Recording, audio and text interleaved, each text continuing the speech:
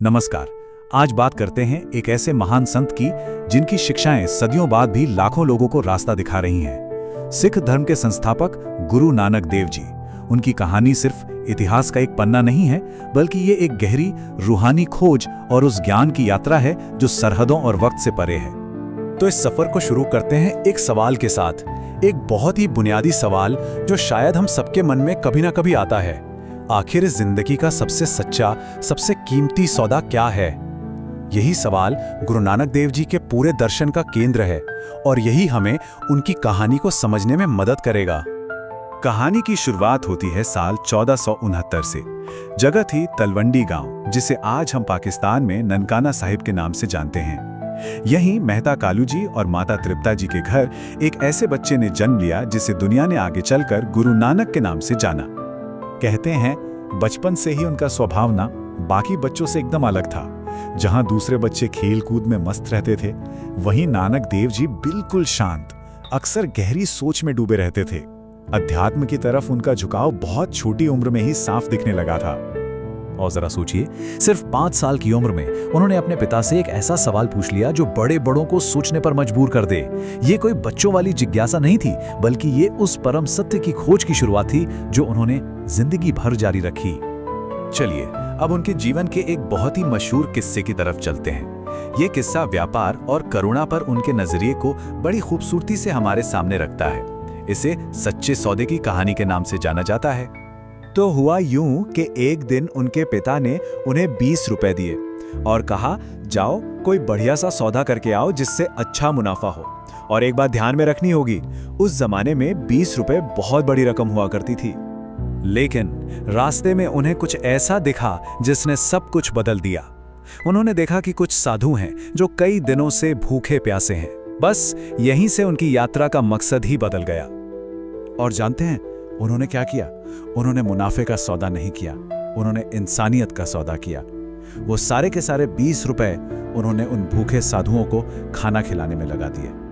अब जाहिर है जब वो खाली हाथ घर लौटे तो पिताजी को गुस्सा तो आया, पर गुरु नानक जी का जवाब सुनिए। उन्होंने कहा, पिताजी मैं तो दुनिया का सबसे सच्चा सौदा करके आया हूं। किसी जरूरतमंद की सेवा से बड़ा मुनाफा और क्या हो सकता है? यही तो था उनके जीवन का पूरा फलसफा। अब आते हैं उनके जीवन के उस मोड़ पर जिसने सब कुछ बदल दिया, और यहीं से उनके मिशन की असल शुरुआत हुई। एक सुबह वो पास की बेन नदी में स्नान के लिए गए और लौटे ही नहीं। 1 दिन बीता, 2 दिन बीते, पूरे 3 दिन तक उनका कुछ अता पता नहीं था। सोचिए पूरे गांव में क्या माहौल होगा, सब हैरान परेशान। और फिर 3 दिन बाद जब वो वापस आए तो उनके मुंह से जो पहले शब्द निकले उन्होंने सबको चौंका दिया। वो शब्द थे, ना कोई हिंदू ना कोई मुसलमान। उस जमाने में जहां समाज धर्म के नाम पर बटा हुआ था, यह कहना एक बहुत बड़ी, एक क्रांतिकारी बात थी। इसका सीधा मतलब था कि ईश्वर की नजर में हम सब एक हैं। इस अनुभव के बाद गुरु नानक जी ने ठान लिया कि यह संदेश सिर्फ उन तक सीमित नहीं रहेगा, इसे पूरी दुनिया तक पहुंचाना है। और बस यहीं से शुरू हुई उनकी लंबी लंबी यात्राएं, जिन्हें उदासियां कहा जाता है। और ये यात्राएं कोई छोटी मोटी नहीं थीं। जरा अंदाजा लगाइए, उन्होंने पैदल हजारों मील का सफर तय किया। भारत, नेपाल, तिब्बत से लेकर श्रीलंका और यहां तक कि मक्का, मदीना और अफगानिस्तान तक पहुंच गए, सिर्फ एक मकसद से, एकता का संदेश फैलाने। और वो जहां भी गए उनका संदेश बहुत सीधा और सच्चा था। एक ओमकार, सतनाम, यानी बनाने वाला एक ही है और उसका नाम ही सच है। उनके पूरे दर्शन का, पूरी सोच का ये केंद्र था। अब सवाल उठता है कि उनकी इतनी गहरी बातों को आम जीवन में कैसे उतारा जाए।